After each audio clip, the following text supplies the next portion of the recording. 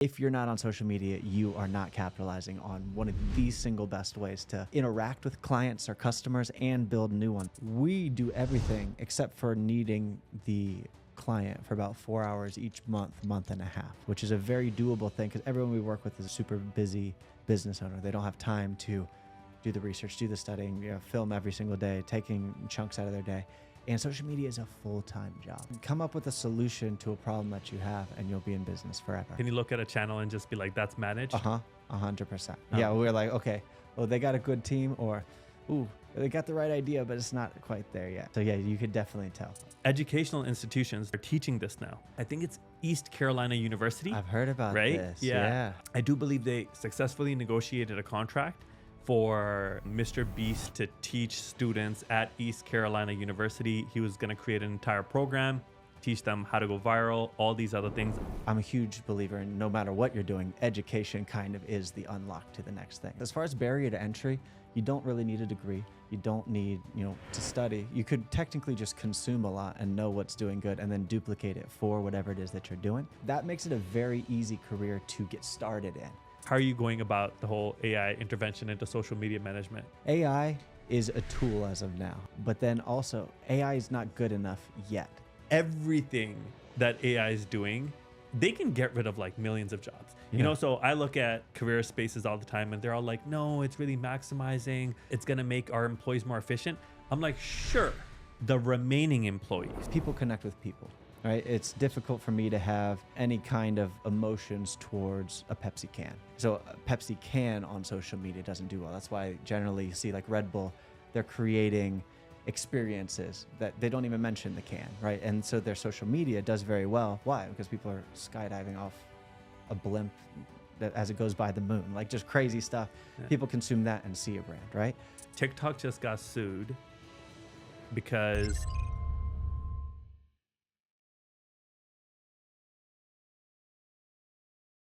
hello, everybody. Welcome to the My Career Shop podcast. It's your host, Umair Sheikh. Today with me to discuss the career and the entire path of social media management, I have with me the founder of People Trendy, Kyle Craichy. People Trendy it's a social media agency, and they specialize in helping people build their personal brands. And Kyle's had the opportunity to work with presidential candidates. He's worked with coaches, pastors, and many, many other industries to help basically people blow up their social media presence. How are you doing, Kyle? I'm doing good. Excited to be on the My Career Shop podcast, man. Oh, that's good. That's good. I mean, this is a path. Everyone's really concerned about what's going to happen with their jobs, right? And AI and all of these things that influence all of that. So social media is a huge, huge career path right now. And a lot of people are getting into it. There are educational institutions that are teaching this now. I think it's East Carolina University. I've heard about this. Yeah. I'm not sure if it went through, but I do believe they successfully negotiated a contract for Mr. Beast to teach students at East Carolina University. He was going to create an entire program, teach them how to go viral, all these other things. I'm not sure what's going on with that, but I do know more and more institutions are taking it seriously, and rightfully so, right? It's crazy, even how far it's come since I've been doing it. Like when I first started, I literally had to talk people into why social media was important for their business or for their brand. When did you start? Well, in 2020 was official launch. So COVID actually helped that switch. But in when I was kind of dabbling in this in 2019, literally if you'd go to a place like, hey, social media, it was the last thing on business owners' mind. They're like, no, we want sales, we want marketing, we want ads. Social media content, don't need it. And then during COVID, there was a huge switch because now no one was getting traffic, or foot traffic. So they're like, oh, we have to go where they're going. Where are they? They're on social media. So that actually has been a cool thing to shift, or to see shift, is that someone go from, I've heard about it, I don't really want it, to now everyone's like, if you're not on social media, you are not capitalizing on one of the single best ways to interact with clients or customers and build new ones. So it's a really cool thing to see. But yeah, it's just getting started too. So since COVID thankfully is gone, have you noticed that? I don't think so, but just asking, I guess, like there's been a decline in the importance of social media? Not at all. No, I wouldn't think COVID so. just removed the blinders of what was inevitable, is that it's critically important, right? And then now they opened it, and they like the eyes of business owners, they saw that, and now they're like, oh, okay, no, there's no going back now. Now it's like, because why? The whole goal of business marketing is to go where people are, right? Or get people to go where you are. In the case of foot traffic, people are spending stupid amount of hours every single day on social media. It's like something like 6+ hours on the average American spending on social media. And so it's like, oh my gosh, if you want to reach people, that is the best place to do it. But now that everyone's trying to do it, now you got to get creative, and you can't just be throwing things against the wall and hope something sticks anymore like you may be used to. Now, with the increased competition, the increased saturation of each market and each niche on it, you have to actually outperform and strategize and come at it with a little bit more of a marketing mind instead of just a content creator mind. And you got to kind of blend the two in order to have the best results. Fair enough. So I know a lot of Americans spend a crazy amount of time. So I'm an attorney. I read news. TikTok just got sued because supposedly they're not taking any actions, sufficient amount of actions. And the kids essentially are basically getting brainwashed, and they cannot get off TikTok. And it's supposedly having problems in school and all these other places and blah, blah, blah. I haven't read the entire lawsuit, but I mean, it's kind of, you can see it anywhere you go. People are just stuck on their phones. You know, you go on the train, I go on the train, then the entire time people are on their phones. They'll literally just look up to check if it's their stop or not. Right. So, I mean, social media is huge. It's taken over. So you're definitely in the right career path. And so what inspired you? So you said you were considered one of the odd people in 2019 that were in social media management. What inspired you to get into it? Well, kind of seeing the trend. So I came from media production. So it was making music videos, webinars, product videos, things along those lines. And over the years, there's been like a merging of social media and media production, right? Where the old days it was just pictures, was all social media was, right? But as it became more video, it became more producing media for social media. But people are on social media with a different intent in consumption, right? So whereas in a commercial, you're glued to the TV, you're watching a game, you're gonna watch the commercial whether the hook's good or not, whether the structure, like you're stuck there, kind of, right? So it's a captive audience. And so, or you look at like movies, right? If you pay to go to a movie, it doesn't really matter what the first 3 seconds or how that's structured and stuff at the beginning. You paid your money, you're gonna watch the whole thing. That's kind of what the traditional media sense has been. But when I was I can make a beautiful product video and put it on social media and it'll flop. It won't do good. And it's like, wait, that little funny selfie video that someone else made did great. Why is that? Well, because people are on social media for a certain kind of thing.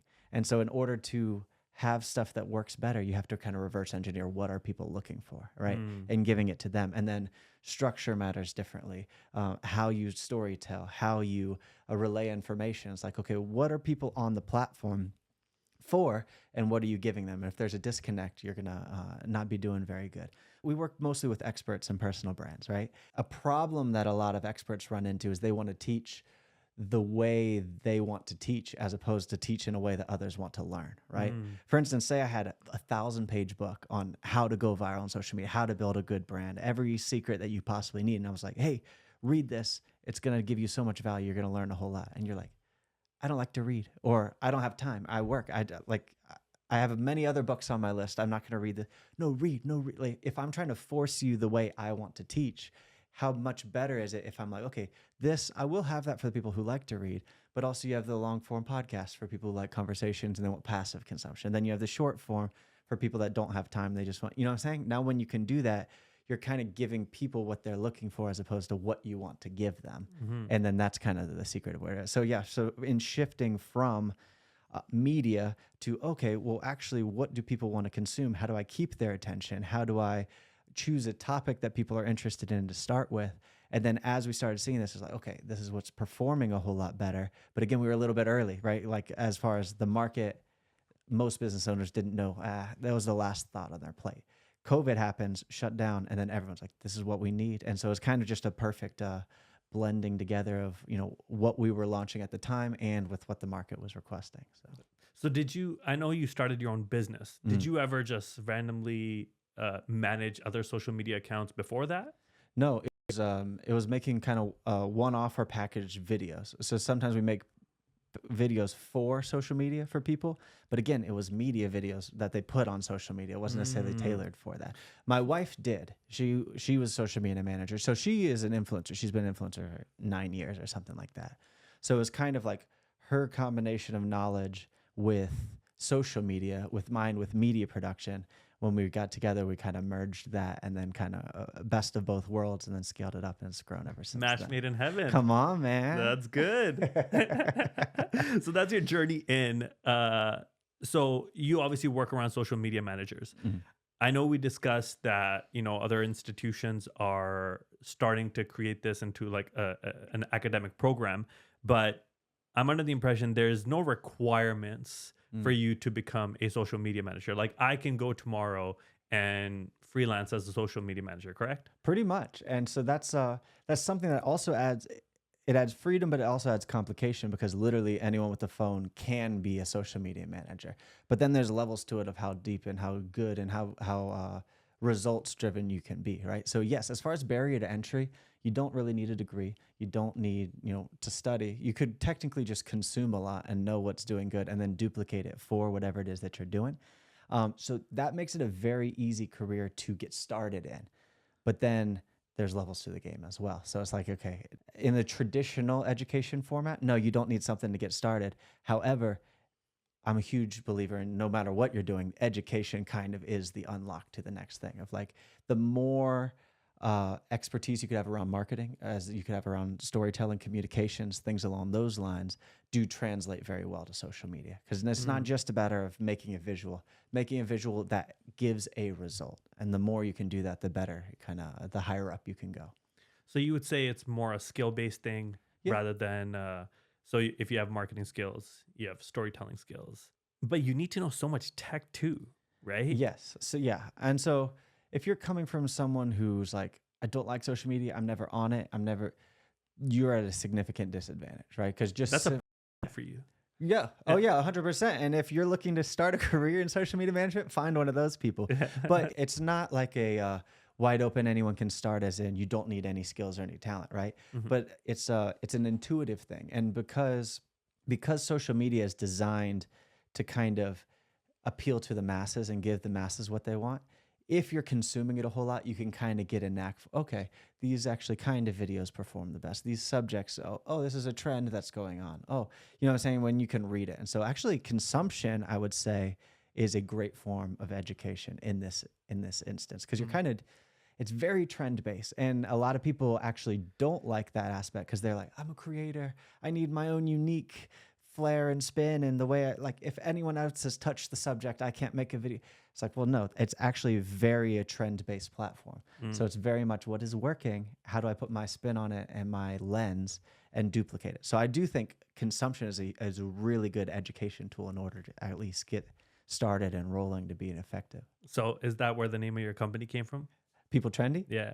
Kind of a bit. Actually, my wife came up with that one as well too. I'm not taking credit for that. It was okay. So People Trendy, everyone's like, well, shouldn't it be like trendy people? I was like, well, technically, but she's Latina and they always have their their adjectives at the end. So translated to English. But no, so that's a bit. We work with mostly personal brands, and the goal of every personal brand right now is to be trendy, to be have a tribe around them of people that know them, love them, and trust them, and then through that being able to sell their products, their services, their different things along those lines. Yeah, I mean that's what I see on social media now, especially TikTok. You know, almost every single person is providing advice and then connecting it to some service. So Correct. So somebody wants to start and like enter this journey.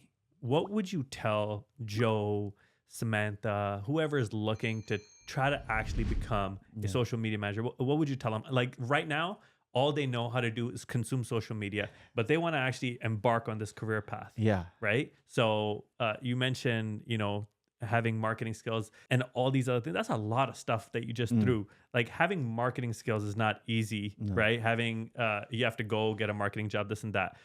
Suppose I know nothing. All I know is how to actually consume social media. How do I become a social media manager? Okay, great question. So direct path, I'm going to say starting from a person who is decent tech wise, like you're consuming on the platforms, maybe even they're a creator themselves, like some kind of micro creator. It is really, I'd say, knock on doors. Like the market is so open. It depends on what industry you want to be in, right? So you can be in businesses, which those are the best job security wise because they're not necessarily having to make money from social media. They're making money and they're putting it towards social media, right?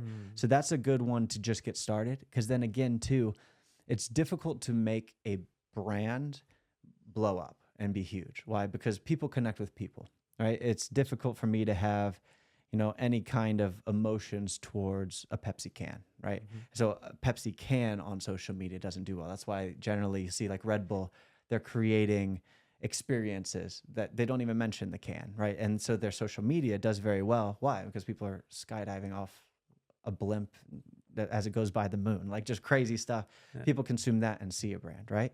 But there's a little bit less pressure when you do, say, a restaurant or you do a location-based or a chiropractor or something along those lines, because they just want a presence that we call it letting people in the door before they get in the door, right?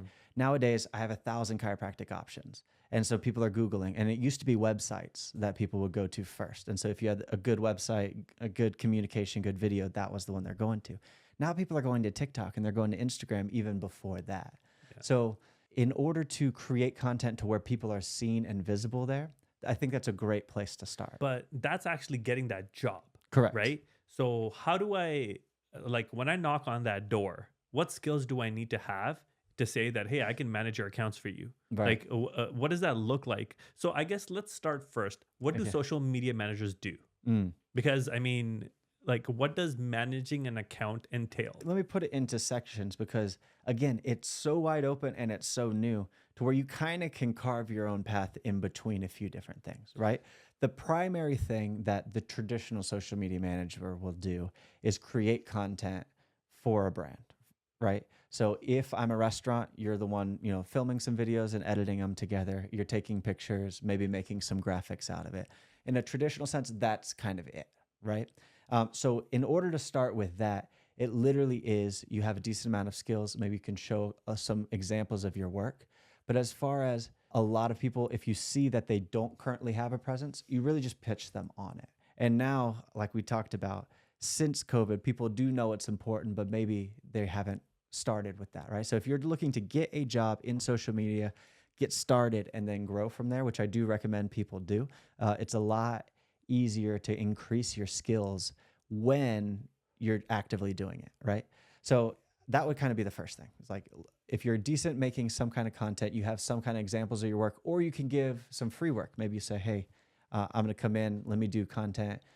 I'll give you 5, 6, 7 posts. You post them, you like them, then you hire me, right? It's a really good way to get in the door. And then you're like that first, what I call first bracket of social media creator, right? Which is where all you're doing is creating content. It's not designed to grow. It's not designed to sell. It's designed just to have a presence that looks decently good, right? But like we said, social media has grown a whole lot recently, right? Now people having this entire social media teams. So the same way you'd have maybe, instead of one person creating, maybe you have one person that is the photographer and the videographer, and one person that's the editor, and one person that is the graphic designer, and then the leader of all of that, right? And the schedule, the actual posters of it. So that's kind of something else we can talk about in a little bit. But you have the main creator, and then you have more of the marketing strategist, right? And that is where I think the most money potential is, because if you're doing things that are increasing the bottom line of a company, they're going to keep you around and they're fine paying you, right? So now that's where other outside skills outside of just content creation come in, right? That's where marketing, storytelling, understanding the brand and how to communicate the message, how to communicate the offer, how to transfer people from social media into being a client or being a customer of that company, right? So that's kind of where I see that's the majority of people. If you're looking to be a social media manager, that's where I think you want to get to. So the first one is to get your foot in the door, to grow and get that experience. But as soon as you can, you want to start really knowing the company you're working with. What are they trying to accomplish? What message are they trying to relay?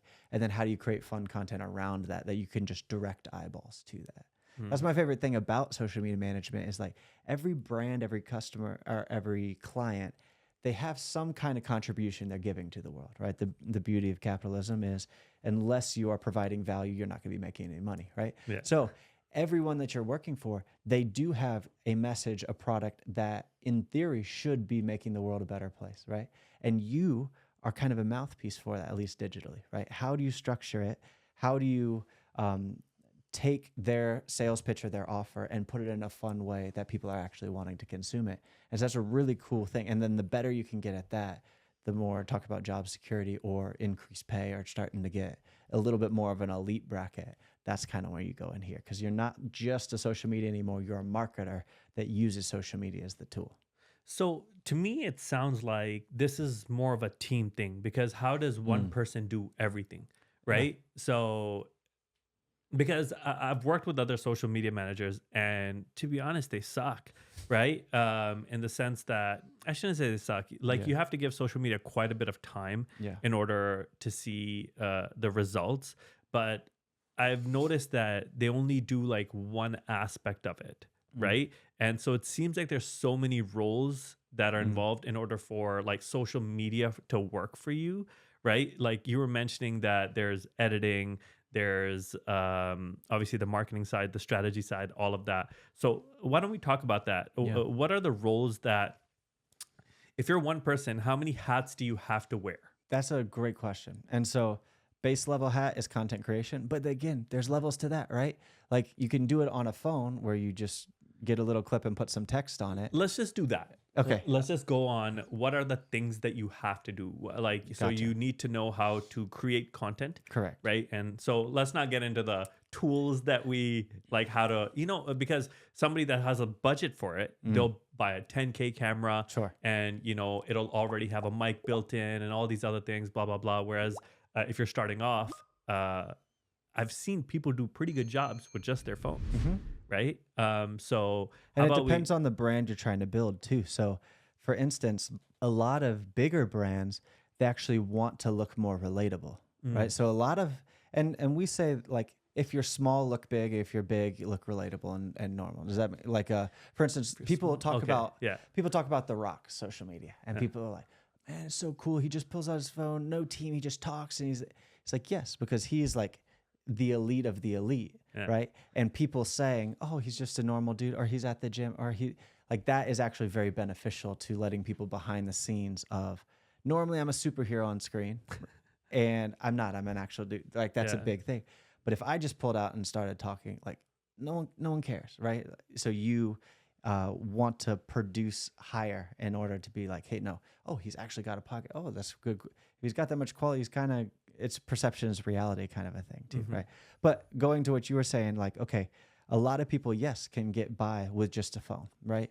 The editing software is either editing in the apps is generally where to start, but as much as you can kind of move up, that'll just give you more customization, right? So a lot of people, when you start, you actually don't want customization. You want kind of templated structure, like less options. You ever go to Cheesecake Factory and you have like, oh my gosh, there's 150 pages of, I don't even know what I want. And then you go somewhere else that only has 3 things, like makes it very easy. So that's kind of what the actual in-app editing is kind of. So creating and structuring content, and it can be simple depending on the industry you're doing. But I will say you will get way more if you're like, hey, no, we have the camera, we have the editing, we have the bigger tools. This planning, structuring, knowing what's going out where, actually doing the physical posting, which that's why I say if you're remotely a creator on your own already, you have all those skills right there. On top of that, for when we talk about with brands, branding is a real thing, right? Like branding isn't a real thing for growth per se, but when you're trying to have a place that if people are searching for you, they land on something, like it's not necessarily designed to grow, but you already have inbound traffic. Maybe you have SEO or people searching for you. You want something that is aesthetically pleasing for people to land on, right? So having a general rule of what that is. So a lot of it is just a knack for an eye and able to duplicate kind of stuff that you see on social media. Like those are the two, if I were to just give 2 foundational elements to work for a brand on a very entry level thing, those would be kind of all that you need. And then, but there's a million things to build on top of that, right? Yeah. If you could work a camera. Now, if you can work actual editing software, so you can, put together effects and you can do all this different kinds of stuff, then that's where the levels to the game go. So let's make the ultimate social media manager, right? Let's Build call it. it Kyle, right? It's a good name. That's a strong name. I like it. So Kyle here knows how to record content, right? He knows how to edit content. He understands how to brand Umair. Let's just say that. I'm the customer now. And he knows the strategy of the future direction of whatever Umair wants. And what else? Oh, he also posts. He takes on the load because that's a lot of work, right? So to post on all the various platforms. So Kyle also knows how to do that. What else does Kyle need to know how to do? You kind of covered the hands-on approach. Then there's probably the brain approach, right? Which is more of the strategy. It's the research. What's doing well? What in my niche or the company I'm working for is niche is people already liking and consuming, right? Okay, what hooks are working? What types of videos? What audios are doing well in this space? Like really deep diving research, making the lists for. So I think a huge thing to level up, to be a next level guy like we're talking about right now is copywriting, right? Because video in this form, when it's structured, actually the same way you'd write, not a news article, but you'd write the headline, right? The headline's critically important. So what is something that's catching people's attention? What's something that you can structure in a way? For instance, we work with a lot of like martial artists. So I can say, hey, here's how to do a kick. Or I could be like, this is the secret for a devastating head kick. Which one gets your attention more and makes you want to see? It's like, shoot, night and day different. It's the same video, but how you craft it and how you put the hooks on it is night and day difference, right? So the ability to sensationalize probably isn't the right word, but it is that to an extent. As long as you're delivering on the promise of it is really, really good. The ability to show things off in a way that's slightly better than it even is in real life is huge, right? For instance, if you work with like a restaurant, you don't want to show empty tables because no one wants to go to a place with empty tables, but there is empty tables. So how do you move in a way to where it's like, oh no, it looks full, it looks crowded. Look, social media, and this is something that you get a lot of hate on social media for is, oh, it's just a highlight reel. It's everyone, it never shows real life. It shows the extreme. It's like, yes, but then to the flip, you got to know that as well too. If you're the one creating the content, it's like, okay, how do we create something that shows it at its best, at its most elite? So that's something that I think takes a bit of training for, but once you got that, it's kind of a knack more than it is a skill, right? It's like an observation of, okay, this looks better than this. Oh, okay, clearly I don't want to show this. I want to show this. Fair enough. So how much of this is creativity versus data analysis? And like, how do you manage that? Because those are two different brains. Yeah. One is very like scientific, right? And the other one has all like the, creative juices flowing. So how do you manage that? Is this like, to me, the more I hear this, the more it sounds like you need 5 people to do this successfully, because I don't think most data-driven people are very analytical, right? They're all like, hey, this is what the data shows. Show it to me on a graph. I see growth here. These are the factors influencing that, and so forth, right?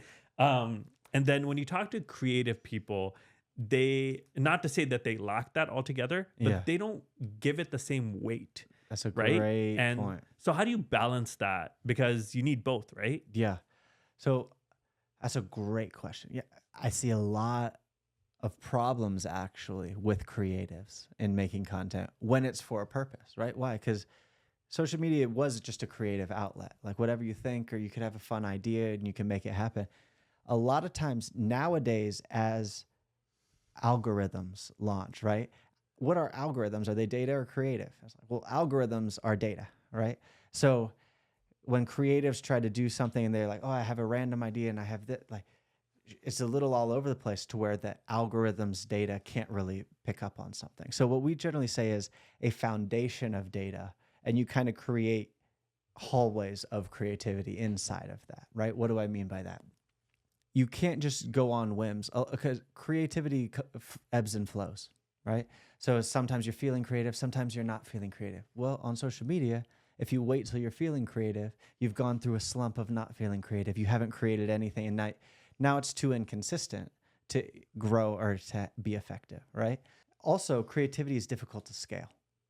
If you're like, hey, I have to have this genius idea and put it together in a perfect script, and I'm going to rent out a studio, and you do that on a video by video basis, it's not sustainable. So if you can say, okay, we're going to have categories and we're going to be creative inside the categories. We're going to have reaction videos. Now we can be creative with what reaction videos we do, but that's kind of a pillar of what we're doing. Now we're going to do like an FAQ section, frequently asked questions. Now we can get creative with the questions, but again, it comes down to a pillar. But if we talk about formulas as a great tool in order to help, right? For instance, if you did health and fitness, like a wellness, okay, exercises. So say we're talking about bigger, stronger, faster. Those are our categories. Now it's like an exercise to be faster. Okay, now all I have to do is think of an exercise that will help you be faster, as opposed to what is the exercise for today and how am I going to teach it and how am I going to position? Like now you have these pillars of, okay, I'm teaching people to be bigger, stronger, and faster. So my favorite 3 exercises to bulk up or to put on body weight or to do. Now it's like, okay, now I can get creative with what exercises, but overall there's a foundation of structure behind it too. Mm-hmm. So I think structure is even more important than creativity, because creativity without structure won't be sustainable and it won't get the results that you're looking for. However, you do need an element of both. So if you can create a foundation of data and then from there be creative within the data sets that you're getting, then I think that's the ultimate winning formula. Wow. Makes sense. I feel like, of course, I consume social media. I'm on social media. And so I see certain people, they have such creative videos. But whenever you hear anything from social media folk, it's always like data driven. Mm-hmm. And so it's interesting. I guess like the people that really do well have found that balance, right? Yeah. So they're like, hey, I can exercise my creativity, and they probably don't harp too much on when they're going through a non-creative slump, right? And so they continue to put out content just to make sure that they understand both ends, right? And well, you talked about Mr. Beast earlier, right? There's no more data of a dude than him. He's like, we split test 700 thumbnails for every video. Like, I'm exaggerating there, but he's split tests everything. He knows exactly, okay, every 2 seconds we need to change this. And like, if you ever hear him like nerd out on how he's doing things, you're like, I thought that was, but the videos are super creative too. Yeah. But it's creativity through a structure of what he knows works, right? Yeah. So I think that's the idea. He's a beast. No he's pun Mr. intended. Beast. Yeah. I mean, I was listening to his interview, and so how he started his journey, I don't remember everything off the top, but he said that him and his buddies, he was consuming Naruto, which is like 800 episodes, and he was watching them at some like faster rate. And him and his buddies used to get together and just like constantly just keep an eye on everything in social media. And they knew, like, they had everything studied down to a T, right? And before they started. Yeah. And then they just started doing random stuff, and they just kept improvising, improving, iterating. And like you said, so to me, it seems more data driven after this conversation. It is. And so then you just need to insert the creative element at that point. There's a bit too much freedom to creativity, right? And so what I mean by that is, say I have a creative skit, right? And it does really well. Say it works. Okay, well, was that because of creativity it worked, or is that because of the data? It is because of the creativity that it worked. But what does the data tell you? Well, I need to do more skits like this. And if you don't, then you're not listening to the data. But then you're like, well, that was the one creative idea I had for this thing. All right, well, then you're screwed. It won't work, right? But like, isn't there also the whole, you might be the next trendsetter? Yeah. Right? So like, I'll give you an example, like that demure, like everyone started saying it on TikTok, right? And so somebody obviously started that, right? So maybe it wasn't intentional that it was that their creativity, but it ended up blowing up. And then the data followed that, you have to say that in order to blow up, right? So isn't there like the artist creativity of maybe potentially creating something new and being the trendsetter, because they're the Yeah, people that blow up, right? Whoever correct. came up with it first is like the Coca-Cola of this. Yeah. So Yeah, and with that one, I guarantee that the person wasn't like, "Oh, I'm going to say this because this will work," right? mm, But now every piece of content they make should be using that, at least in the short term, right? To double down on this wave. So yeah, we whenever we work with clients, we generally say about 80% should be kind of what you know will work based on what the data is telling you, and then be creative and experimental with the 20, because you never know about everything, right? And yes, that could work. And then if something works, add that to the 80%, right? And then uh-huh. continue to do that while you test with some other stuff. But when people try to go 100% creative, yeah, you're throwing something against that wall and then against this wall, and then, and then the algorithms don't know who you are, what kind of content you make, or who you're trying to reach. And then if you can't have consistency between those three things, then you may have a one-off video. And a lot of people did that, where they had a video that crushed and then they did something completely different. And then they did a picture with their family and what I had for breakfast. And the one that blew up, that's the one to double down on, right? Mhm. Yeah, maybe creativity that made it go viral. But then from there, data-driven, this works. How do you spin off of that? Do a part two, do a series with that. Like, how do you get creative about that one thing? And then that's where you'll get maximum results. Fair enough. Fair enough. So, I mean, in a space where there's a low barrier of entry, right? How do you stand out? So you said like create a few examples and then go and then show people in the beginning. How do you stand out? Like what things people Trendy's hiring, right? Who are you hiring? Yeah. Like what social media are you hiring? Like what have they done on their resume which makes you think I'll hire you? Yeah. So when it comes to an agency model, we don't have one person that does what we were talking about earlier, right? Mhm. We have people who are elite editors, people who are, great researchers and studiers with that. We have people who are doing, we manually post everything because third-party apps, we've seen a lot of things like diminished results and stuff like that. So we have those aspects of it. We have people that, client relations, management, and everything. So that actually becomes more of a business structure than a social media manager, right? So which part are we hiring for? If it's editors, we want to see, okay, that you've done great work before. There's also so many people that now are doing editing to where in the old days, you had to find someone, kind of train them up. Now there's so many people that are great. So now if you can get them, we really work hard on our systems and process of like, hey, no, you have to duplicate this video exactly. Here's exactly what to do. This is what their branding is. This, we kind of put them through some tests in order to get there. So I don't know if that would be the greatest example for what it is your question is, because we're not really hiring a social media manager. Fair we enough. hire sections of that. But you're going back to your original question of how do you stand out with something that's a low barrier to entry? And I will say it's a problem whenever we even talk with clients. Like, oh, we had a different agency and they sucked. Or, oh, we did this and they had.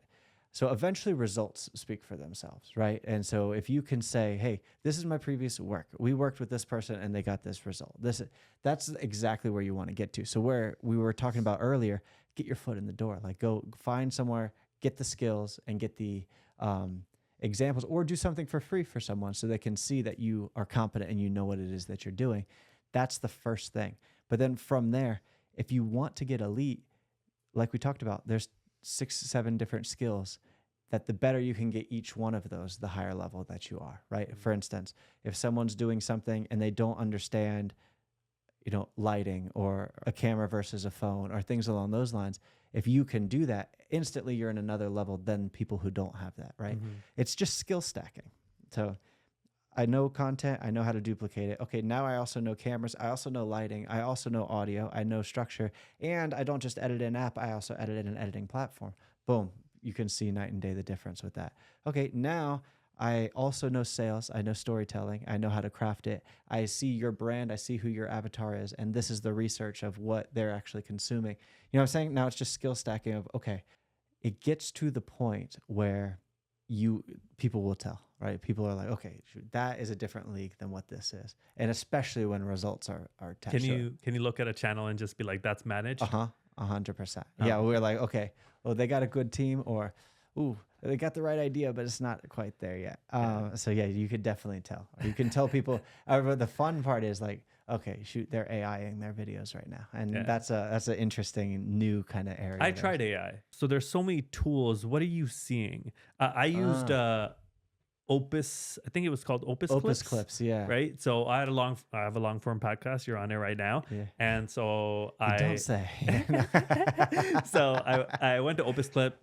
I popped in the video. I'm like, chop it up. Right. And it was really funny because, I mean, I don't know this stuff, man. Sure. And so I uploaded my first video and it got, I think it was like a short, and I think it got like 1,000 views or something. For me, that's huge. Right. And so I was like, yeah, this works. Right. And then I tried to replicate it and it really didn't. Yeah. Right. And so I was like, God damn, man, this sucks. And Yeah. don't get me wrong, like I didn't think it was bad or anything for somebody that doesn't know anything. Sure. Right. I thought, or somebody that doesn't have budget. Mm-hmm. It's definitely a good way to get volume out. Yeah. Right. So essentially Opus Clip has ratings, Yeah. right? So it'll say this has like a 99 virality score, right? And then it goes all the way down to like the 80s. So basically don't post those. And so I was just like, okay, I'm just going to try the 99s. And I did that and they didn't really work. But I will say as a platform, they definitely, you know, they put the text on for you, right? And you can edit that text. So they do a lot. So with so many tools coming in AI right now, there's like a lot of tools. It's like pretty scary. Are there some essential tools you should learn? And are you using AI? Like, how are you going about the whole AI intervention into social media management? It's a great question. And it's cool that you said that. But then also, AI is not good enough yet in video, right? In written text, pretty darn incredible. But AI is a tool as of now. And if you can actually learn how to use AI and not just like let AI do it for you, then that's a huge difference. For instance, when we first started, we were having to manually type out everything in order to add captions. Now, inside Premiere Pro, there's auto captions inside, but now we just have to structure the video. We put the B-roll, we do all that kind of stuff, but then AI kind of captions it and then you line it up how you want to, all of that. But a lot of people are like, oh, I used AI, I put captions on. Why isn't my video doing as good as when you did it? It's like, well, yeah, that's kind of the cherry on top of what makes it, right? The topic, the structure, the hook, and taking out all the boring stuff and all that kind of stuff is the bread and butter, which AI isn't able to do yet perfectly, right? And it's getting so competitive on social media that a video that's 75% good isn't good enough to outcompete the other people in your niche, right? So I think you really do need a human touch. However, using ChatGPT to spice up some hooks, right? So if you're like, oh, I did a research, these are all the hooks I came up with, these are the topics I came up with. ChatGPT, how do you add more, flavor, make it more engaging, make it more this? So learning how to prompt it, learning how to maybe use AI to get base level clips, and then you go and tweak from the, okay, I see what they did there, but actually this would have been a better hook than this. So let me trim that out and shuffle it around. It's an incredible tool to speed up what it is that you're already doing. And we're definitely using that. But for tools, our favorite, since it's mostly media, is Premiere Pro, right? There's AIs built into it. It's still 90% manual, but the AIs that are 10% speed up a whole lot of stuff. You could have things that take out different spaces or breaks or pauses. Stuff that with podcast stuff, you can kind of auto edit with some plugins and things like that, which is pretty sweet. And then you do all instantly, 35%'s done. Now you do the rest of the 65%. And that is manual, but it crunched the whole time. You can also use it to do volume, which is a really huge thing now on social media, where it's not just post once a week. It's like, oh, shoot, if I'm going to keep up daily, anything that speeds up time is great. So ChatGPT is incredible. The apps themselves, like that's kind of where you have to start in order to get all the research. I wouldn't call that necessarily a tool, but without them, you're not getting anywhere, right? Google Sheets or Google Docs is a way to organize and strategize and plan out your shoots and your ideas. Hugely important. As far as AI, Opus, if you're going to, I wouldn't give it my thumbs up yet. I would say, but again, it didn't even exist a year and a half ago. Right? Yeah. So like in a year and a half, we're going to have a different conversation than I'm having right now. It's going to be like, oh, this AI is doing this AI is doing this. Like, definitely jump on it. It's just right on the edge there to where I don't give it a full thumbs up. Unless you're just beginning, you have no budget, and you're just trying to get something, that's fine. But if you're trying to be elite, which is where I think everyone should aspire to at the moment, then it's going to take a manual touch. So I'm in the career space, so I read up on career stuff all the time, and AI is getting really, really good. Yeah. And so the stuff that you mentioned, I'm not 100% sure if that's, and I'm confused about this. Sure. I don't know if it's AI or just the software. For instance, cutting an episode, right? I cut my podcast episodes. I use Autopod. I have a full tutorial out on my YouTube channel, which can, the tutorial is actually really long. And this is what I mean. Yeah. Remember you were telling me about value and all that stuff? I have laid out from the beginning of bloody getting a guest all the way to the end of publishing an episode. It's an hour. It took me probably 10 months to learn all that. And I put it together into an hour, and nobody gives a crap. Yeah. Right? I think it's got like 110 views. Maybe more, I haven't checked, but that was a hard video to make. And yeah, but nobody cares. But point is, I don't know if Autopod is AI, you know, because technically it's just a software that's performing a function very well. And I was supposed to have an AI engineer actually come on as a guest to explain what actually is AI. Because I'm under the impression that AI is they take in information and the response keeps getting better and better and better. Whereas I think the technology to put in auto captions and to cut things, I think that's just really sophisticated software now. Yeah, I don't know. I think that's more of something that, because Premiere Pro is a software. Yeah. But it does have AI things that you can put into it, right? Like we were talking about. Yeah. So there's probably some AI guy that's going to listen to this and be like, these idiots. He's like, dude, it's an AI software. Duh. Like, no, I don't know. But, and my favorite way to use AI in social media is like Runway to make clips. The video is not quite there yet, but make photos of something. So say we're talking about, babies running around. Like traditionally you'd get either stock image or stock video that someone filmed of babies running around. But maybe the saying that you're trying to align with your B-roll is twins. And it's like, okay, well, there's really not a good clip of twins doing it. You could make AI twins running around in a backyard, and you can customize it and then use that as the B-roll, right? So that's a super fun way to do it. And it spices everything up. It customizes everything a little bit.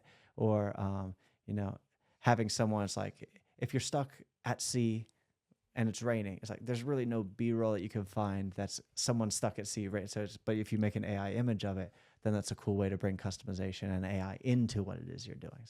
So I'm a lawyer, and lawyers like to ruin a lot, right? Ruin something. Come on. I know. And it's been scaring me lately with copyright stuff. Yeah. Right. And so in general, and I'm sure they're doing this at some level, somebody has to sit down and rethink the world, right? Because, and I mean as broad as the world, because everything that AI is doing, they can get rid of like millions of jobs. You know, so I look at career spaces all the time and they're all like, no, it's really maximizing and it's going to make our employees more efficient.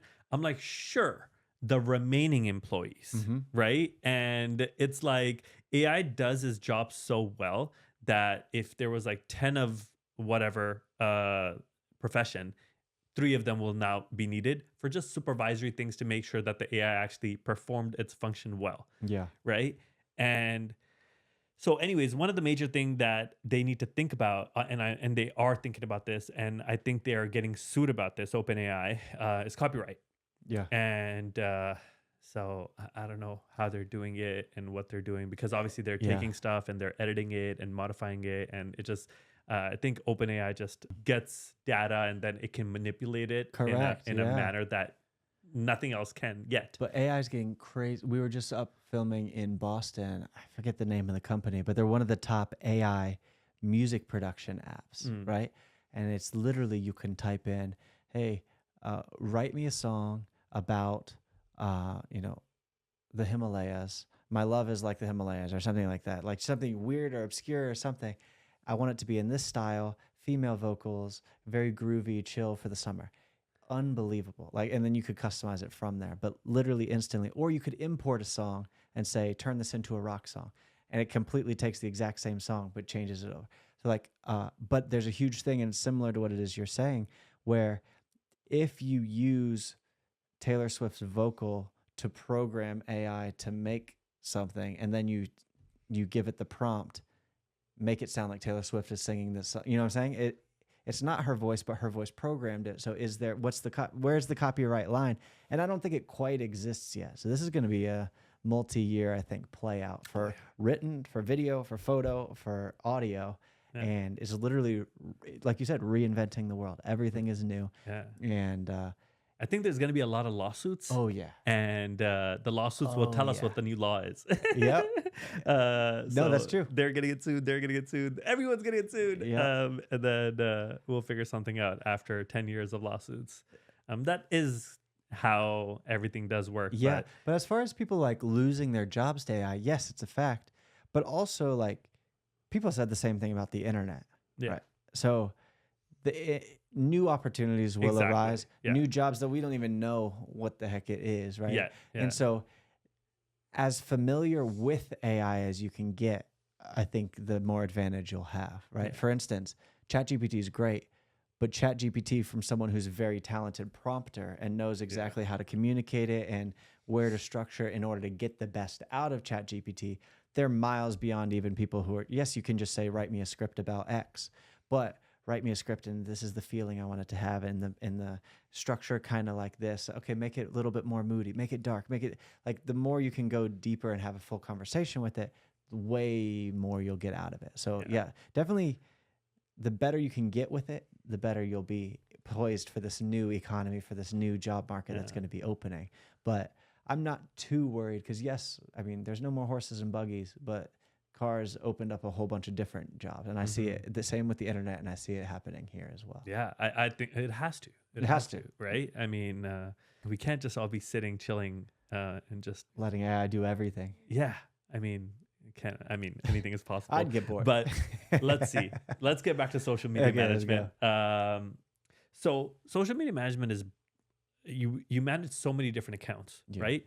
Are there some places that you find more success in and I should focus on? So like there's YouTube, then there's Instagram, then there's TikTok. And so do you find that you should become a master of some specifically depending on what industries you're in and all this stuff? Because it seems like, at least from me managing my very small subscriber base, the crowds are completely different. Like when we put up the same exact content on all three platforms, you really see like there seems to be an age difference. I'm under the impression TikTok is probably a younger crowd, right? Like and then Insta is like millennials and a little bit older.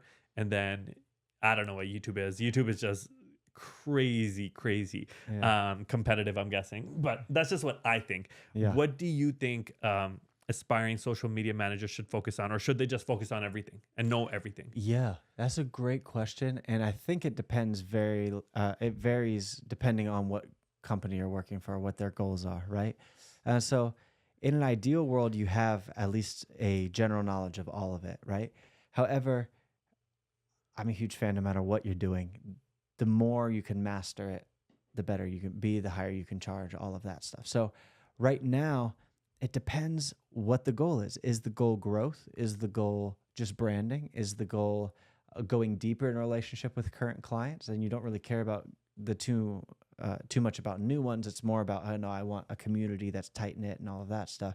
So when you look at it, yes, it does vary a bit platform to platform, but more than that, it varies type of content to type of content, right? So for instance, just take YouTube as an example because they really have both.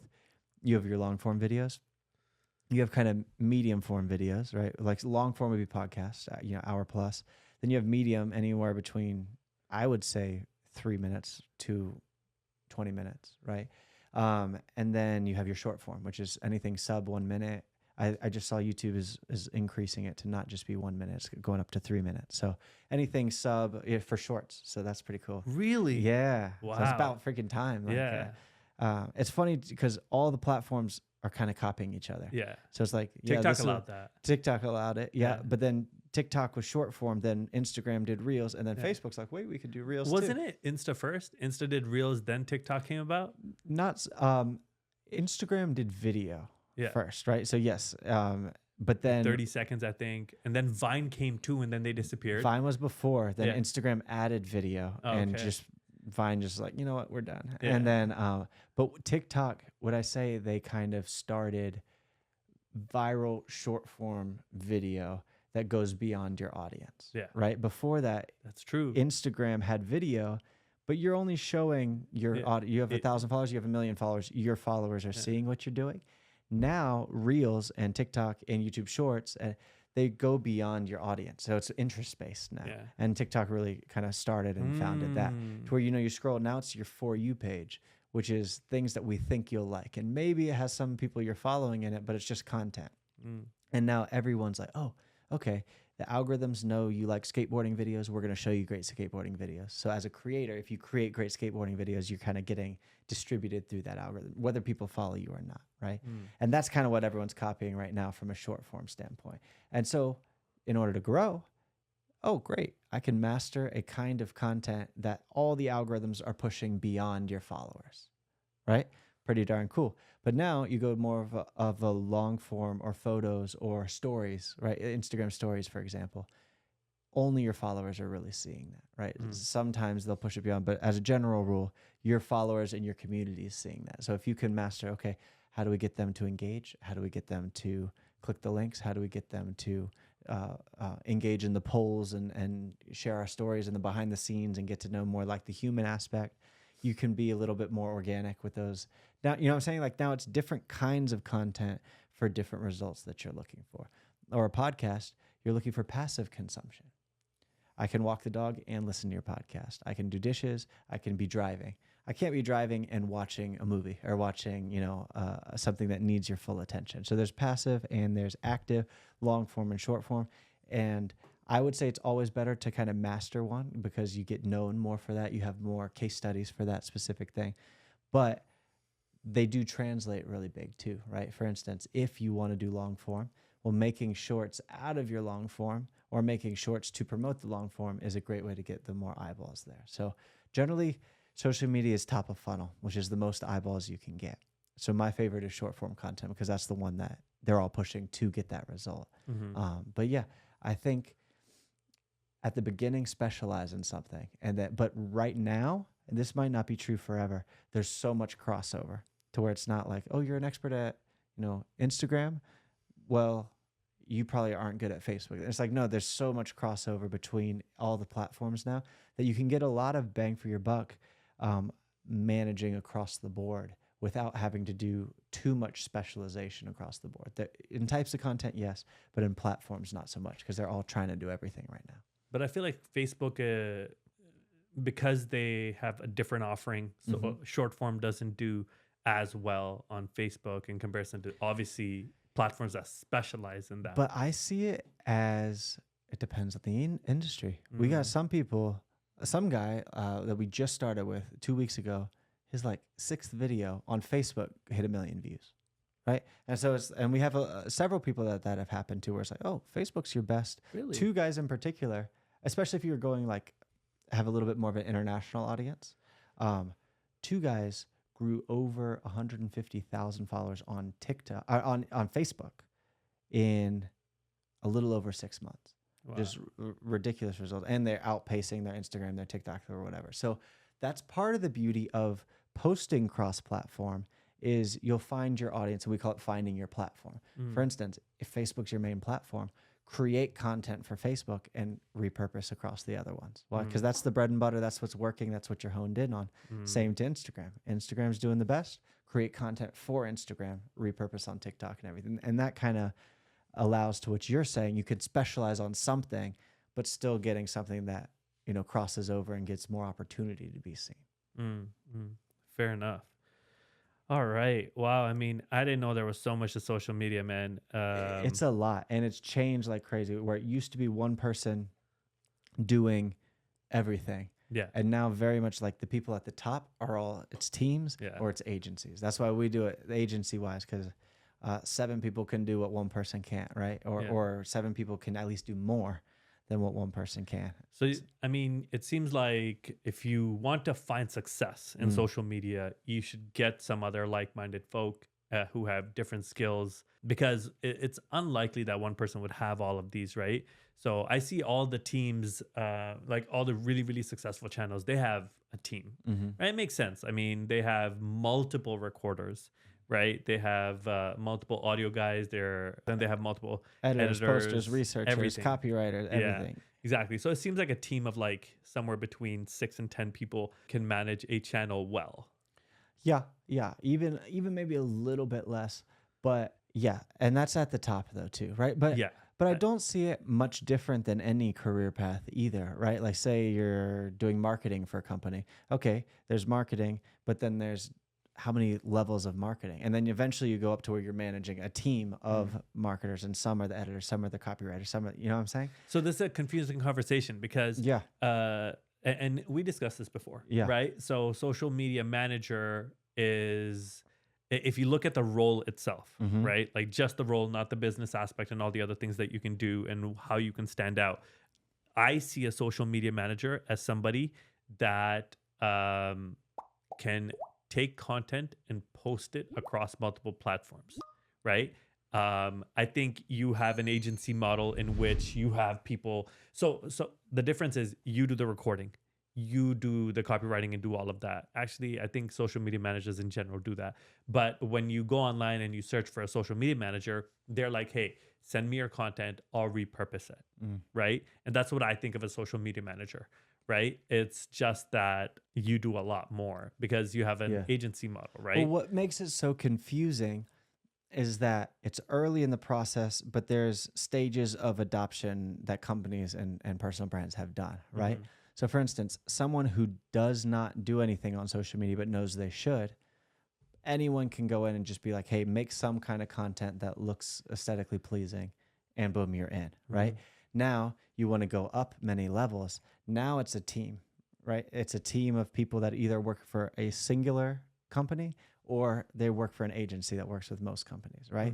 And that's kind of where it's like, okay, if you want to work for Red Bull, they do not have a social media manager. They probably have 50 people that are putting that together, and then their production team and their edit, you know what I'm saying? Yeah. And so that's where it's becoming a part of companies like a marketing department, it's becoming its own marketing department, because there's things outside of marketing that are off social media, but social media is marketing at the same time, right? So now it's kind of under that umbrella, but it's becoming its own umbrella at the same time. So it's why it's a hard question to answer, because yes, the better you can be, the more people you'll need in order to do it, right? And the bigger the company, the more you want to get paid. You're probably on a team. And so specializing in part of the social media creation process is actually your best ticket to there. However, it's a super cool thing, because anyone who maybe is still studying, or they're just out of high school, or they need a part-time job while they do something else, or need something remote. A lot of these positions can be remote too. It's a great entry-level thing. But if you want an entry-level position that has a lot of freedom and you can do everything and whatever, it's going to be much smaller companies in order to start with, right?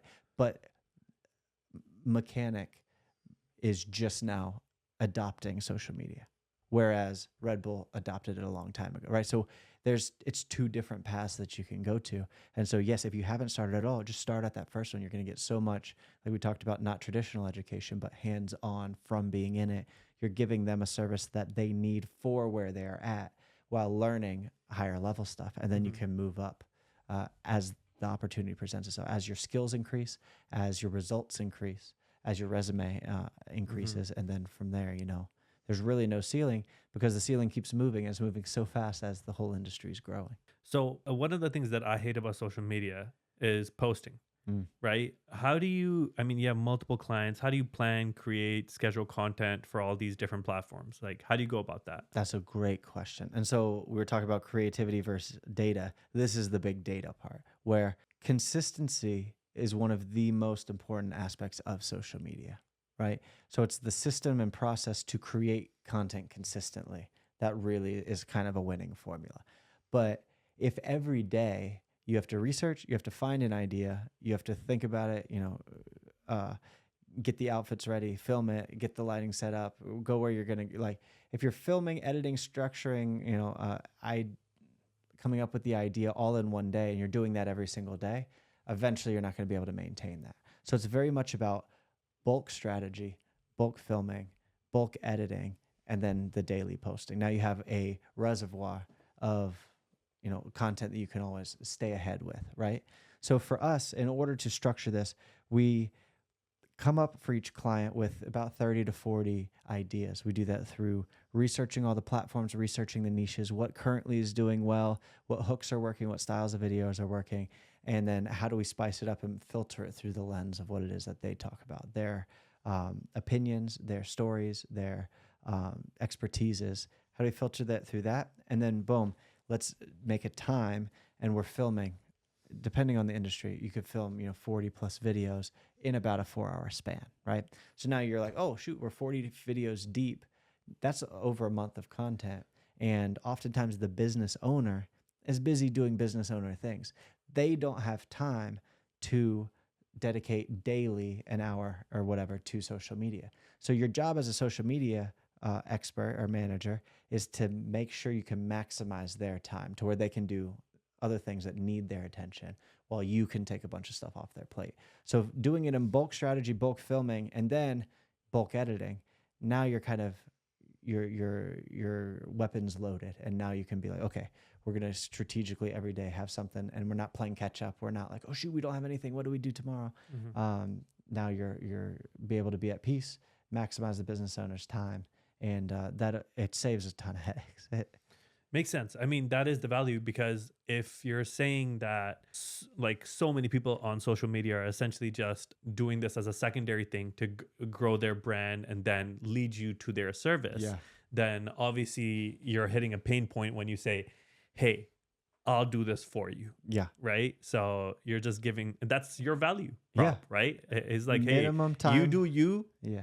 And let me do that aspect of your business, which you don't really want to deal with. Because social media is critically important, but it's not the most important thing for the business owner to. It's not the core business. It's not the core business, but it puts gasoline on the fire of the core business. Yeah. But if an owner spends too much time on social media, then the core business, starts suffering. It starts suffering. So you can't have that either. So yes, if you can do that, it's like, hey, I just need this much of your time, and I can get this much done, and then you're good. You go do business stuff. I'll put the fire on it. Is that how you stand out at People Trendy? Because when I was looking for social media managers, I didn't find that much, right? Yeah. I didn't find that social media managers would fly around and, so why don't you tell us about People Trendy's value prop? Yeah. So for us, it's pretty much done for you social media management for coaches or experts in their niche. Anyone who is an expert at what it is that they're doing. So we don't really work with businesses. We work with personal brands, right?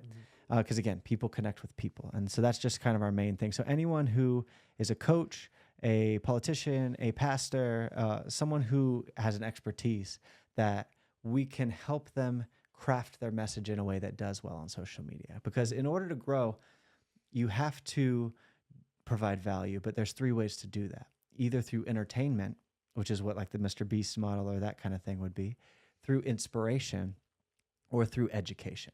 Those are the 3 main forms of value that your content can give. Our favorite to do is education, because it's such a, if I want to be a black belt in jiu-jitsu and you're giving me tips on how to be better at jiu-jitsu, of course I'm going to follow you. Why? You're giving me something that I want. It's a transactional relationship. And so that's and it's easy to make at scale. The more entertainment route you go, the more creative it needs to be, the more difficult everything is to put together, right? So again, you like the consultant route. Like I feel like it's like consulting, right? Like all these guys, for what we're doing, or the people we work with, right? But consultant/coach, I guess that's a bit interchangeable. But some people have physical locations, some people have digital products and courses and things along those lines. And then when you can provide value, people are like, oh shoot, in 30 seconds he kind of gave me some, I like what he was saying there. I wonder what I bet in a 30-minute course or in a webinar or in his newsletter or in whatever it is that he's got way more because he did that in 30 seconds. So it's a very much show them some great cards, that get them into your ecosystem, and then everything else works out. But so we do everything from the strategy to the researching the niche, what's performing great, all that jazz. We come up with all of the hooks. So like we said, bulk doing it. 40 to 50 hooks generally we'll come up with. We'll fly out to the clients and we'll do filming for about a 4-hour session. But yeah, so we fly out, film them, direct them, because a lot of people are uncomfortable on camera. So when you can say, repeat that, or "Oh, you stuttered a little bit here, or you lost energy, repeat that again. Or I like when you said this, let's put that at the beginning instead. You're kind of crafting from the very beginning to ensure the video structure is great, right? And then from there, we go back and we do all of the editing. And then every day we post on Instagram, Facebook, TikTok, and YouTube Shorts. So where you're getting, cross platforms, again, helping you find your audience. And then from there, we do all the analytics. Okay, well, what's performing the best? What are the topics? What are the styles that people are connecting with you the most? And then rinse and repeat the process. So really, we do everything except for needing the client for about 4 hours each month and a half, which is a very doable thing because everyone we work with is a super busy business owner. They don't have time to do the research, do the studying, film every single day, taking chunks out of their day. And social media is a full-time job. Like, it's very difficult to run a social media and run a business at the same time. So we kind of are just like, okay, you run the business, you be the face, you're the knowledge, you're the brain, but we will craft your messaging in a way that people want to consume it. They get a lot of value from it. And then we help them convert it. So building automations to get them inside to buy their products, to come to their locations, all that kind of stuff. It's impossible to do by yourself. Oh, impossible. Well, it's impossible to do it very well if you have other things going on. Like if you're literally just doing that, I can see you accomplishing it, but it'll drive you nuts. Right? There's so many tiny little tasks associated with social media management, which you might say are easy, but they're time consuming, right? And you're so tired. And, I used to get irritated with like uploading to Instagram or uploading to TikTok. I'm like, man, it's going to be like 10, 12 minutes here, 10, 12 minutes here. Before you know it, if I have to post it on all three, even if you're copying, pasting, it takes time. It does take time. Like people don't think that, and then you're in it. It's like, okay. Exactly, right? And so I definitely see the value. Yeah. Time is everything, and I mean. Yes. So that's our problem. And there's other social media agencies that they will send you stuff, you film it, you send it back to them. Yeah. But we are a little bit in a league of our own. I only know of one other person that actually is like, no, we're doing everything from flying out there. We're doing the filming across the country. In order to, because that's a huge part too. Like even if you do everything except that, it's still like, okay, I got to get my mind together. I got to set up all the cameras. I got to, to do all that by yourself, it still takes a lot of, self-starterness. And so if we can kind of just be like, we're going to be there. Don't do anything. Show up, do what we say in this amount of time. You're good. Yeah. It's a very cool process. It is very cool. And we've been able to do some awesome stuff too. Work with some like the top pastors in the country. We did Robert Kennedy Jr.'s presidential launch, the social media for that. We've grown a ton of people. We got one guy that just crossed 615,000 followers on Instagram. We got him at 3,000 followers 13 months ago. So right over a year, blowing up people's courses, their products, all that kind of stuff. And again, like we said, everyone we work with is an expert at what they do and giving value to the world. They're teaching something that's awesome, right? And we get to be kind of the mouthpiece of filtering in their brain and their knowledge in a way that communicates best with the masses and help them grow a viral following of people that know them, love them, and trust them, and thus want to buy from them. So it's a really cool process that I'm excited to be a part of. That's cool, man. So that's all the positives. What are some common challenges you face in social media? There's plenty, as I'm sure in every business. However, one that without fail happens is when you're dealing with lots of people, especially with the anonymity of just hiding behind a keyboard or a profile, you get a lot of negativity as well. No matter how positive your content is, there's haters. The haters are a real thing, and it wears on a lot of our clients, like it just without fail. People, oh my gosh, they said this and that, and it's something that we definitely have to help them through because. So how do you handle negative feedback? Well, I mean, I even get haters, and I don't even do like anything that controversial. But right, you could say, hey, this is what happens when you're a lawyer, and people are like, no, it doesn't.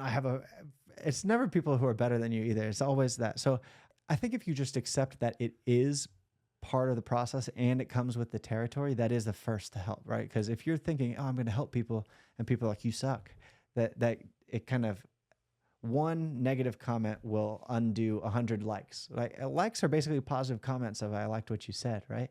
But one negative comment will put people into a frenzy. Yeah. However, if you could also phrase it like this, negativity on social media actually helps you. I will say all the posts where I have gotten negative feedback have been the one that have done well on my standards. Let's freaking go. That's exactly what I'm saying. Why? Because algorithms don't know the difference between positive and negative engagement. They just know engagement, right? So actually some secrets that we do with a lot of our clients is intentionally try to bait people. Like people are know-it-alls, right? Yeah. So if you can do mistakes, like we had someone who wore a hat and we like told him to put his ears inside his hat. Like just because people are gonna be like, you look like an idiot. Like, so we're just baiting them in order to do that. Saying something. We did, there was a jiu-jitsu guy that we were doing 7 finishes from mount, which is a position you're in. Two of the things, we did exactly the same move, like twice in a row. Yeah. And the comments were like, oh, I thought you were going to talk about, I thought this was going to be an entire video about this. Yeah. Wait, what are you talking? This was in there twice. What are you doing? But they checked it all out. They watched it, they commented it, they engaged it. And then what happens is the algorithms say, oh, a lot of people are having a conversation in the comments. Yeah. I'm going to show this to more people. Yeah. This is clearly a great post. Yeah. So actually, it's a lot easier to be hated on than to be loved, right? If someone's going to love you, they're going to need to consume a lot of content. You're going to help them. You're going to give them some kind of value. They applied it in their life. It transformed everything. And, you know, even then, people are very stingy with their likes or, oh, you're the best, or thank you so much for what. That's a hard comment to get, but you suck, or you have no idea what you're talking about. Everyone's just waiting to say that comment. So if you can actually bait them into it. So that's kind of, that's funny. That's my best, like, that's my favorite advice. Cause it's funny too. Cause one guy, he got some negativity, and generally we're like, no, lean into it a little bit. Like, for instance, if you could start rivalries with another niche, that's not necessarily your niche, but for instance, Muay Thai and boxing, where boxing thinks they're better, Muay Thai thinks they're better. So why Muay Thai is better than boxing? All you're doing is all the boxers are gonna be like, it's not, it's this, and this is the best. Bruce Lee said that, like, you know what I'm saying? Like, I know, it's just crazy, but it's an easy thing to do, and that's the easiest way to get engagement. So when you could reframe it as, oh, actually negativity is positivity for the result I'm doing. Why? Because what am I trying to do? I'm trying to grow. Well, this helps you grow. Then instantly it's not a negative thing. It's actually positive. And so I think reframing that, you get thick skin pretty quick. A lot of people that were like, man, I don't like this. I feel I need to issue an apology video. And we're like, no, just wait. Now they're like, it doesn't bother me. Yeah, someone said they hated me and they want to fight me and they're going to follow me home. They're just, you know what I'm saying? It just gets thick skin really quickly, but it's actually a benefit. And so that's actually a big problem we see with anyone who starts creating, is that comes with the territory. And you're going to have to, you know, thicken your skin a little bit to resist it, because you can't have success on social media without having haters. Makes sense.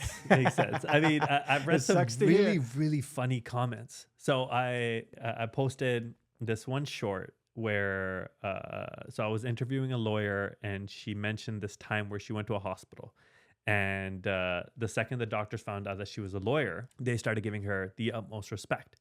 And so the name, the title or whatever of the short was Lawyers Fear or Respected. And this guy's going off. He's like, it's obviously fear, you jackass. And then some other guys are like, obviously respect. And they were fighting amongst each other back and forth. And I was like, wow, this is amazing. But think about it like logically. If you stand for something, or you have an opinion for something, by proxy, you're standing against the opposite of what that is, right? And other people stand for the opposite of what that is. So it's like, no matter what you do, you cannot win, because it's such a divided world, and it's so easy to give your opinion now too, right? Yeah. So that's why actually politics crush it on social media. Yeah. Why? Because no matter what you say, you're on one side of the aisle, and the Yeah. other side of the aisle will hate you, and this side of the aisle will love you. And ideally, you can get to a point where the people that agree with you and hate you are arguing in your comments, Yeah. right? Because that's just engagement. And even though it's you suck, it's actually the algorithms are like, wow, these guys are having meaningful conversations. They love this post. Let me show this to the world. That's funny. That's funny. I remember when I was younger, I used to be one of those guys on social media hating on, Kobe and LeBron and See? Jordan conversations. And I was like, it's Kobe, man. But Exactly. anyways, you get emotional over interesting stuff. So I think this may not be that useful of a question, but do you know how much social media managers earn? And I'm guessing it's just based on your level of expertise, It's right? so based on your level of expertise. Yeah. Like, Okay, so let's not even go down that direction, because I'm guessing that if you're freelancing, it's going to be based on what the market, correct. right? So But what about what does a successful company earn? I guess. Yeah. Like, how do you measure success? What's a good month For what do you mean? for like a social media agency? Oh, for an agency, it really depends. Like if you're a solo agency owner, I think you can get it to 10K a month. It's a ton of work. You won't have a life. Like that's all you're doing. Mm-hmm. However, then the bigger you can make the team, it's just like any business. Like how big can you get it? Well, technically there's no ceiling, Mm-hmm. but there's complications with each level, right? Mm-hmm. So I do think it's a cool space that anyone with a low barrier of entry can jump into. The entry level is minimum wage, right? That's what a lot of companies are willing to pay out the gate. But then the way your talent, your skill, and your results improve, there really isn't a ceiling. Like, because you have people, I know, like Kevin O'Leary, Shark Tank guy, he said that he's now paying his main social media guy over 100K. That he's like, but he's more of a media guy who's doing social, you know what I'm saying? Yeah. So you can't just have a phone and be in the Instagram app and make that kind of stuff. But there is a way to get to there. You just have to find a company that values it and have your skill set match that company, what their outcome they're looking to do. Yeah. And then I only expect that to go up too. Like this is becoming an industry, not a career, right? Yeah. And as it becomes an industry, careers will just continue to rise and rise and rise and rise. So let's say you have a team of, what are the main roles that you have at your agency? You have an editor. Yeah. So I'd say like client relations, research kind of topic person, editors, and then filming like a videographer, and then posting. Okay. So I'd say it's like 5. What's a healthy number of clients to manage? A healthy number Yeah. for those 5? Yeah. Because I mean, one solo, I totally get that. Yeah. You're going to die, right? Yeah. So at what point does it get unhealthy where you're like, I am somewhat not giving all my clients the right amount of attention, and I need to grow and hire more people in order to accomplish the same thing? This varies big off skill set too, because I'm like master editor that's way quicker can probably do more. But I'd say at a general level, probably 3 clients per person, but that kind of depends. Like posting can handle more. Editors probably can't handle more. So it kind of depends. But then an elite editor can handle more. So it's kind of just how much time, how much effort, how much energy are you wanting to put in there. General rule, I'd say 3 clients is a good baseline to handle without having a big team. And then if you're wanting to go, you're going to start making some bigger jumps there. So what do you love about social media management, and like, what do you dislike? What I love about it is we are kind of the gateway into your messaging of the solution you offer the world as a business, right? And we are the one that is the mouthpiece and helps you communicate how it gets to the masses. And nowadays, social media is generally the masses, right? Like it's replacing everything else that used to kind of be done, right? Everything else is happening at the same time. But so arguably one of the most important roles as far as top of funnel, right? So it's really cool of like, okay, you're crafting a message, you're taking a solution, and how do you communicate the problem solution to a group of people and create content in a way that those people want to consume it at the same. It's like it's a stealth ad, right? Where I'm not saying, hey, buy my product, but I'm saying, hey, if you're having this and this, the storytelling, testimonials, fun content that people are like, oh, I love this content. Oh, shoot, this is from a company and it's an ad, right? So it's like a stealth, very modern way to be a mouthpiece of communication for a personal brand or a company to help them, grow their business and change the world. And what do you dislike about this field? This field, for me, I don't have too many dislikes that are outside of just normal business. Like nothing's great all the time, right? So when you're dealing with a lot of clients, you're dealing with a lot of personalities, you're dealing with a lot of people from the agency side. A lot of people are like, hey, I want you to do it like I want you to do it. It's like, well, then why don't you do it yourself? Like you're hiring us because we're the experts in the area. We know exactly how to get there. So I think certain clients, but this is any business, right? Like some clients are like, hey, easy to work with, getting smooth results moving forward. Some of them you have to kind of delicately balance. Okay, you are the client, but at the same time, we're the expert in like finding that middle ground to where you don't want to do something the way others want to do it and they get zero results. And then it's now blamed on you because you knew the path, but they wanted you to go a different one. So I think probably finding that balance there is the most difficult thing. But also I love it because it comes with the territory. Like I try not to, oh, I wish this didn't have this part. If it's like, no, if it's part of the territory, then embrace it, learn to deal with it and grow with it and that kind of thing. So I would say there's not many things I don't like outside of traditional, lulls or things that most businesses go through. Fair enough. So you have quite a few years of experience. What would you tell Kyle when he was starting off in social media management? Like, what advice would you give that Kyle? Well, the first one is start sooner, right? Like the earlier you do, the better you get, the quicker you get, right? Would you still say that? I still would. Oh, would you still say it because it's so saturated now, right? I mean, there's like so much more content out now than there was like 5 to 10 years ago, right? I would still say it, yeah, because I don't think it's going to get more saturated, but then you have to get more elite, right? Like no matter anything gets saturated eventually, right? Yeah. Like for instance, there's a zillion lawyers in the world, but there's only a couple big law places, right? So it's like, okay, if you're part of big law, then you don't care about the zillion other ones. It's like, we're not even trying to reach clients that want those kinds of people. And I think no matter what industry it is, and yes, you can say like there's something to be said about a blue ocean strategy. Go somewhere that, is undersaturated and all of that. Yes, but as something gets saturated, niches under it become unsaturated, right? And so that's something that's very interesting is when we first started doing this, fitness was a niche. Now, fitness is too big to be a niche, right? It's too broad. Now it's bodybuilding or it's keto. Like there's entire channels that only do keto diet stuff. It's like that was too small to be a niche back then, right? But now as fitness becomes saturated, now someone's the booty person, right? Like helping girls build their booty. There's someone that is helping moms restore their bodies after they give birth. Like now those are not saturated anymore, right? So I don't think you run from saturation. You're clever and you find the things that are unsaturated even when something becomes saturated, right? It's the same with law. You can be a lawyer in general or a doctor. You could be a general practitioner or you could be a specialist, heart surgeon. And then, so as one becomes saturated and there's less job opportunities, then you just kind of like, okay, well, where are the holes? Where are the blue oceans? Because there generally are those spaces, especially now. And I think it's only going to continue for a long time. Fair enough. So I'm going to go back to the question. Okay. What would you tell the young Kyle? Advice. So you other started than off saying start sooner. Yeah. What else? Yeah.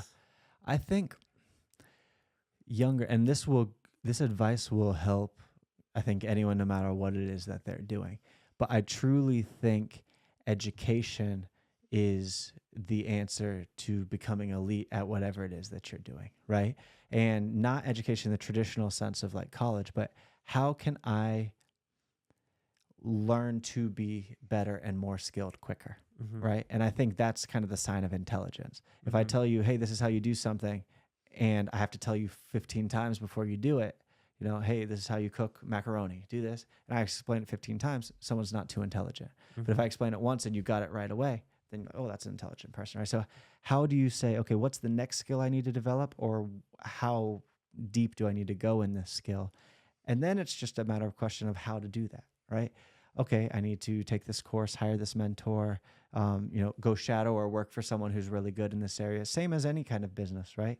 But the faster you can do that and the more you can take that seriously, I think that's what moves your ceiling of how much you can make and what you can accomplish, right? So if you can go from the initial phase of what we talked about, of making fun content and releasing it, to being an elite editor, strategist, you know, kind of understanding the branding and marketing thing, the faster you can do that, the faster you can grow. So I think it's like really take seriously how to get the knowledge to get to the next level. And I think a lot of people get too busy with busy work to remember that, right?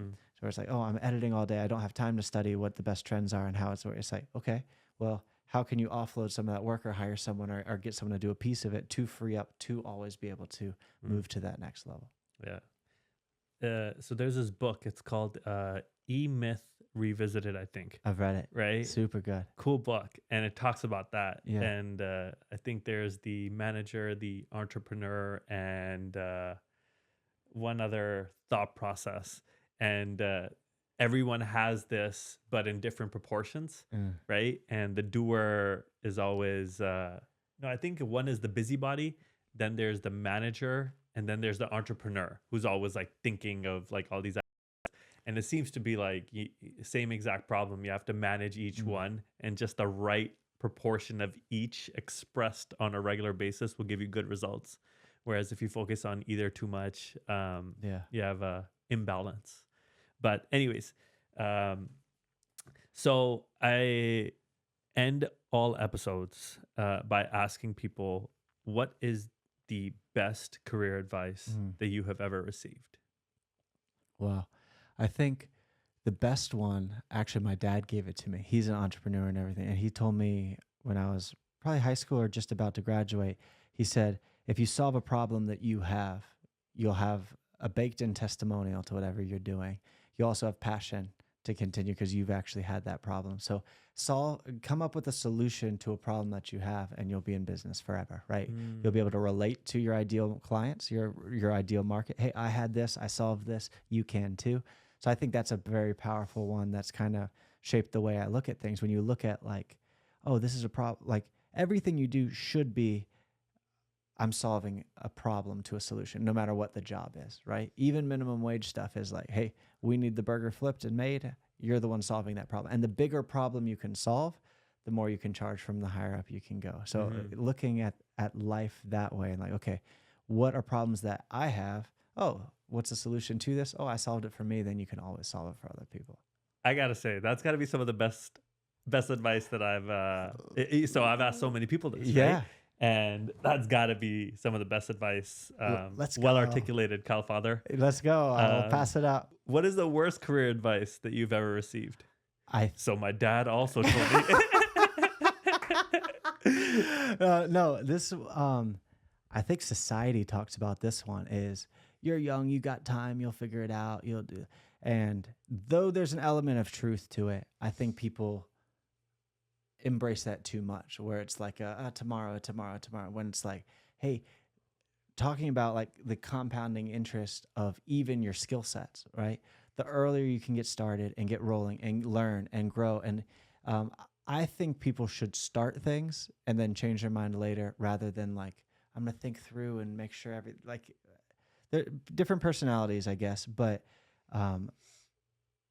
don't wait. Like tomorrow's not promised, right? And it's like when you can dive in, you can find a purpose, you can grow it, you can learn, you can personal growth, but then also your career path of what we're talking about here.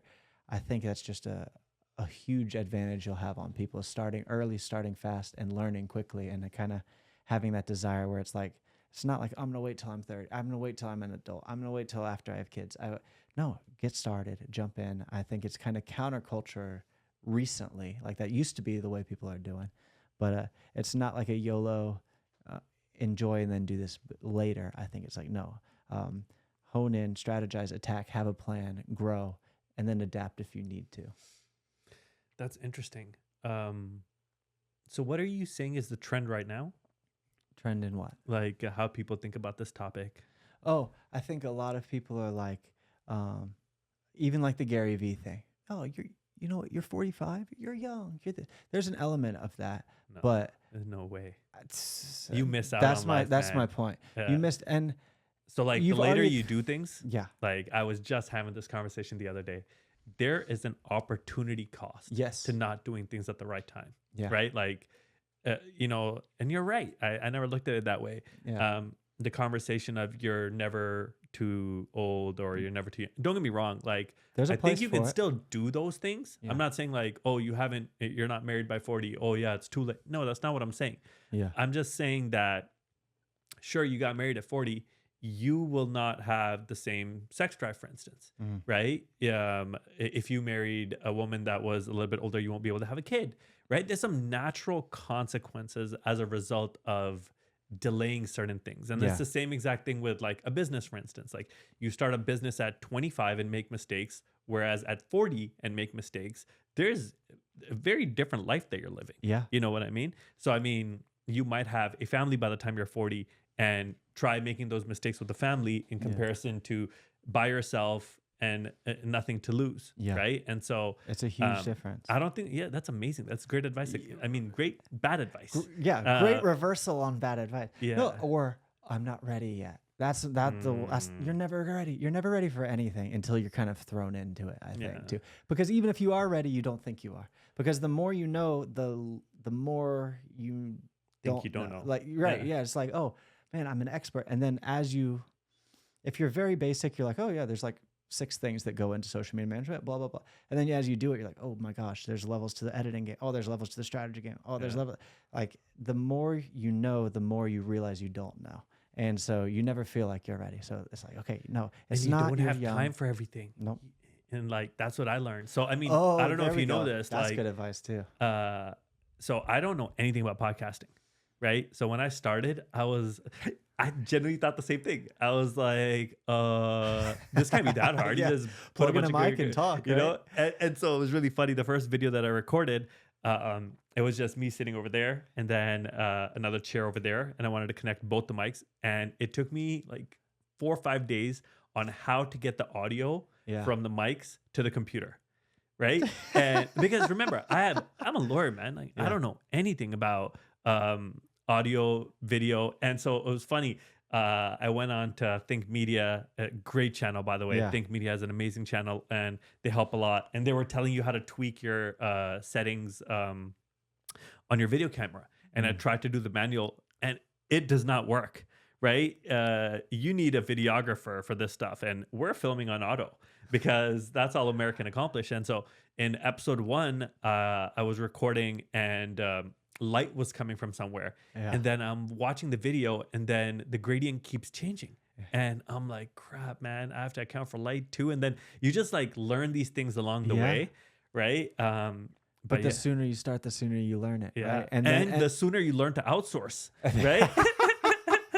You know, like I can't spend my entire life learning how to, you know, do video, audio, everything. It's just like, it's not practical. Yeah. You know, so. 100%. Oh, talking about good advice. The other one is, you know, specialize in something. Like you can't do everything is so true. And like, I think when I was younger, I was like, yeah, I can do this and start this business and have a side hustle here. And it's like, but literally focus is so limited. And the moment you do it, you're like, oh, this is what people are talking about when they say, you know, focus on one thing, go all in, grow in that area, and your life will transform. Like everything explodes when it's like, okay, one focus, one vision.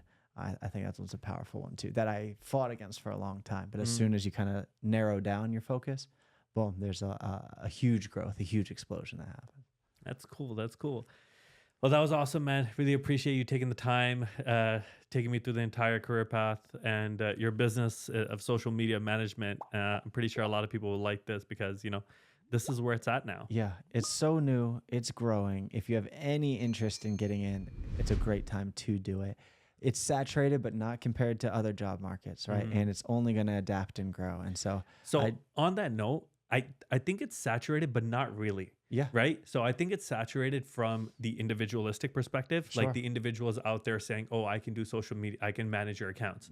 I don't think it's saturated from the company perspective. No. Right. And so you have room there if you have some friends to get together that all have complementing skills. I feel like that way. Yeah. When I was looking, I didn't find that many. I found agencies, but not that many. Yeah. Not to the point where it would destroy a career path for you or something. Yeah. And it's only going to grow because more and more people are going to realize that they need to be making content. Yeah. So a ton of people coming in, they're social media managers. It's just going to exponentially be more people who need content at the same time. And like I said, if someone's a business owner or they're a personal brand or they're busy, they don't have time to do it themselves. They're going to want someone else to do it for them. Whether it's an agency and you have a whole team, which I think is the best, or an individual to come kind of take it on. It's only going to grow and get bigger. So I do recommend it. It's a lot of fun. It's ever changing. You get to meet some really cool people. And yeah, I think it's a great thing to do. Awesome. Well, thank you for taking the time and sharing all of that. Always, man. Thanks for having me on. Awesome. Bye. Well, that's it for this episode of the My Career Shop podcast. Thank you for tuning in, and I hope you have a better idea of how to become a social media manager and what to expect once you enter this field. If you haven't already, please hit the subscribe button, leave a review, and comment on what profession you want me to invite next and what other information you would be interested in hearing. Until next time.